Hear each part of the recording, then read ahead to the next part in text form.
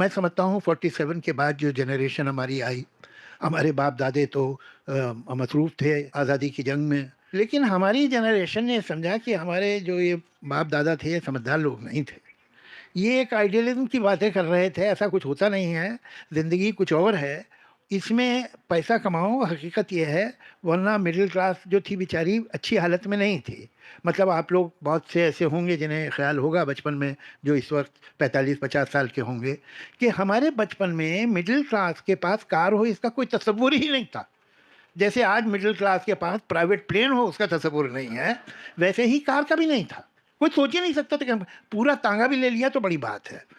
तो ये हमने देखा और हमारी जनरेशन ने सोचा कि सब बेकार बातें हैं, ये क्या अदब और शायरी और ये और वो। भाई कुछ ऐसा काम करो, कुछ पैसा कमाओ।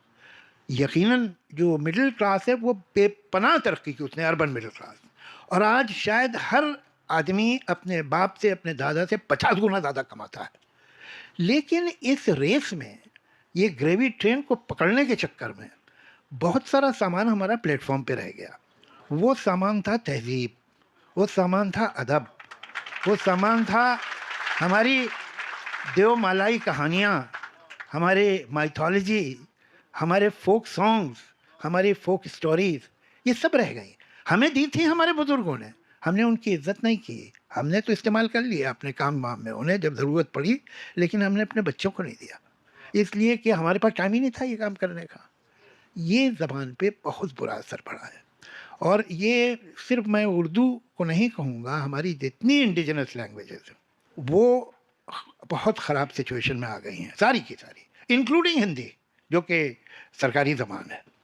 उसकी वजह ये है कि ये समाज जो है वो इकोनॉमिकली बँट रहा है और एक प्रिविलेज क्लास है जो अपने बच्चे को अंग्रेज़ी स्कूल में भेजते हैं।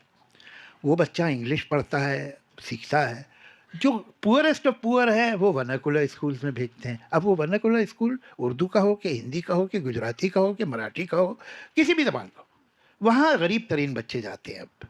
तो होता ये है कि गरीब तरीन बच्चे, एक्सेप्शन दोनों तरफ होंगे, लेकिन वो बच्चे अपनी रवायत से, अपनी ट्रेडिशन से तो वाकिफ़ हो जाते हैं, लेकिन चूँकि इसके अलावा उन्हें कुछ मालूम नहीं होता, जो कि उन्हें अंग्रेज़ी के पुल के ज़रिया पहुँच सकते थे जिस जगह, वो पुल उन्हें मैसर नहीं था, तो पैरोकियल और एक लिमिटेड थिंकिंग हो जाती है।